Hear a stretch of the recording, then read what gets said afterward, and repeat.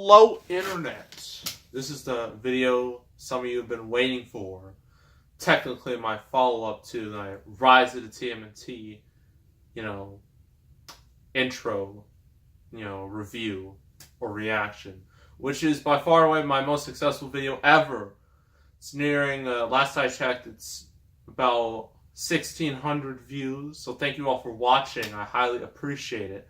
So this is episode 1 of Rise of the Teenage Mutant Ninja Turtles, Mystic Mayhem. Now this premiered yesterday on Nickelodeon after their kids' sports awards. However, if you want to see the episode in its entirety, you don't even have to look on TV. You could go on Nickelodeon's website, nick.com, and then you click on the Rise of TMNT little bubble.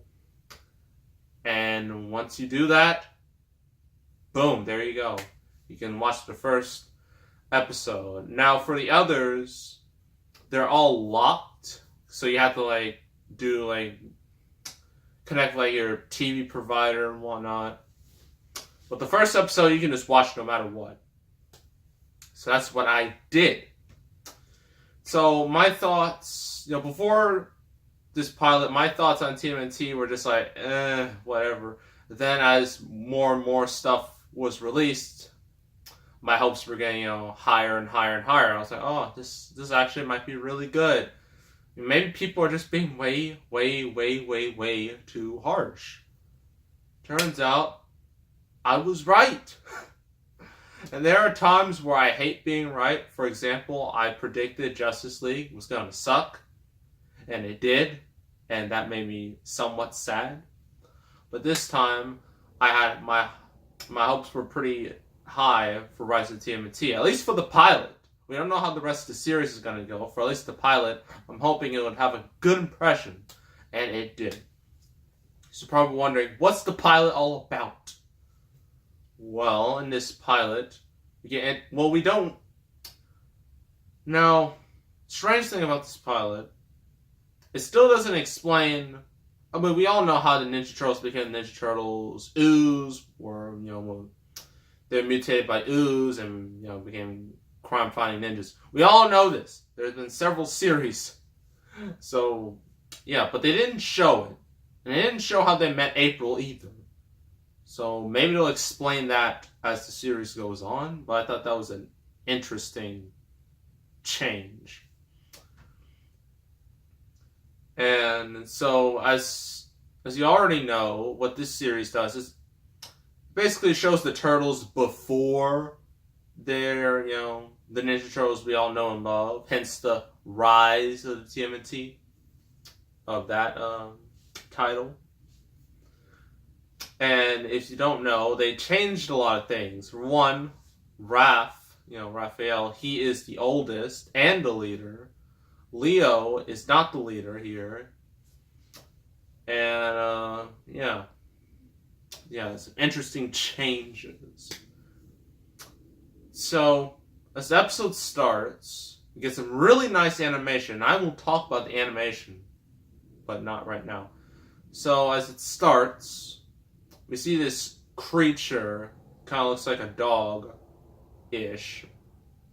We don't know exactly what it is, likely a mutant. But yeah, it's just running around. And then you see this delivery guy who's just on his bike. He's important because he comes back later in the episode. Then these two guys are trying to get this mutant, but the mutant, escapes them. So then it's at nighttime. And there's this big, tower. You see this, clearly a mob boss looking at money, and you're thinking, oh. And then you see the Ninja Turtles, and you're like, oh, they're gonna beat them up. That's what you think. And then they're on a zip line, and then you think they're gonna attack him, but nope. They just go by him completely. They completely ignore him. You're probably wondering, that's not like the Ninja Turtles. Granted, they're younger-ish, so whatever. Instead, they cannonball into a pool. That was their priority. and April was there, and then we see them all together, and then they meet like this little mutant pet thing, right? And then they meet these two guys, but these two guys aren't humans. They are also mutants, and some pretty cool looking mutants to boot. So they fight, and turtles do have their original weapons, but they all get destroyed. So, yeah.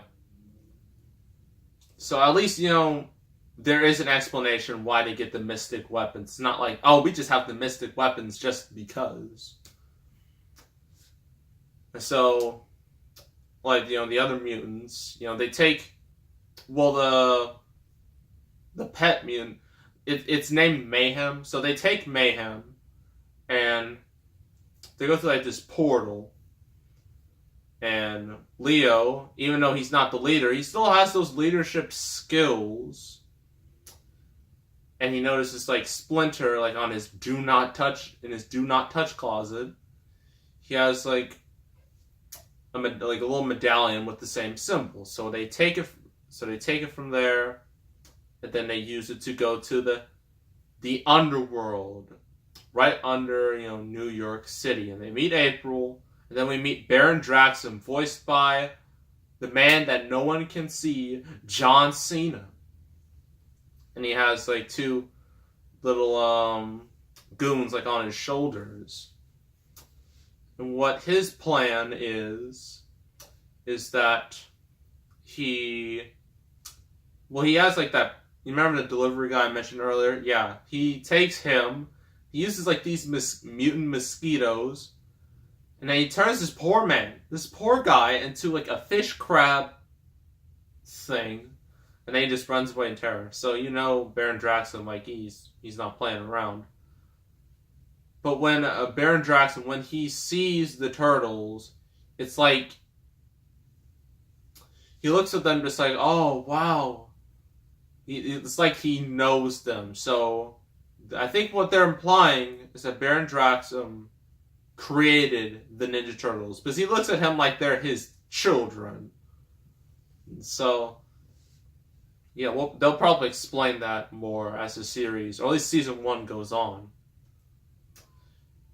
And so, yeah, the Turtles and April and Mayhem. Well, mainly the Turtles, because Mayhem's, like, stuck in a cage, and April's fighting, Baron Draxum's, evil minions. So the Turtles, they fight Baron Draxum, but they don't really win, but they think they win, but they really don't.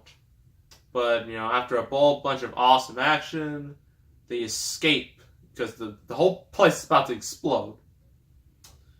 And they escape. But unfortunately, there's a whole lot of mutant mosquitoes flying around, and that's no good, and that's likely going to be the plot for the rest of season 1. So, yeah. Pros and cons. Well, pros. The animation. Unlike Teen Titans Go, which some people thought this series was going to be like, trust me, it's not. It's much better. They do not cheap out on the animation. They don't use cheap old Flash animation. They use, like, the animation they use, it's solid, it's crisp, fluid, a lot better looking than most, animated shows on TV right now. And I think, yeah, that's definitely, yeah, it's definitely great. The voice acting. Now, I've had some concerns. I mean, Leo and Donnie, I thought would be, like, the best turtles. They still are, in my opinion. But my main concern going into this series was between Raph and Mikey, because I was just like, I don't know about them. But, I was proven wrong again. They're actually really good as the voices, and the turtles do have a lot of chemistry, and they say some really funny lines, which is what I want out of a Ninja Turtles series. If these turtles didn't have chemistry, well, that would be a serious problem. And April, she was actually pretty cool too. She actually did stuff. Although some of the stuff is a little bit ridiculous. How she just managed to know all about this underworld place, after only being there for at least like a few minutes of episode time. That just feels a little, and the fact that she knows where everything is just a little too much. Granted, the April in the last Ninja Turtle series was a mutant and had powers, so we see a little bit of Splinter. He's not the Splinter from the other series. He's more lazy, laid back, and yeah, I don't know about that change. Maybe as the series goes on, there's likely going to be some serious character development, and then everyone will be back to the way they once were. Since this is technically a prequel, if you will. Baron Draxum, John Cena, I can totally tell it was his voice, because it's basically John Cena with like a low, how do I say it? Like a low, deep voice. But, he really, I like his character, and,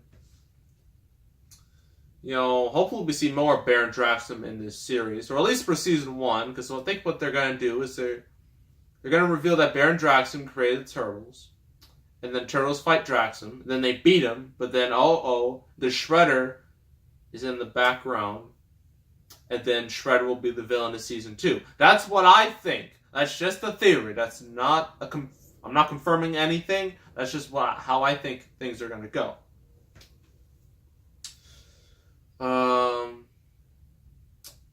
Let's see. Cons. Actually, there's not too many cons.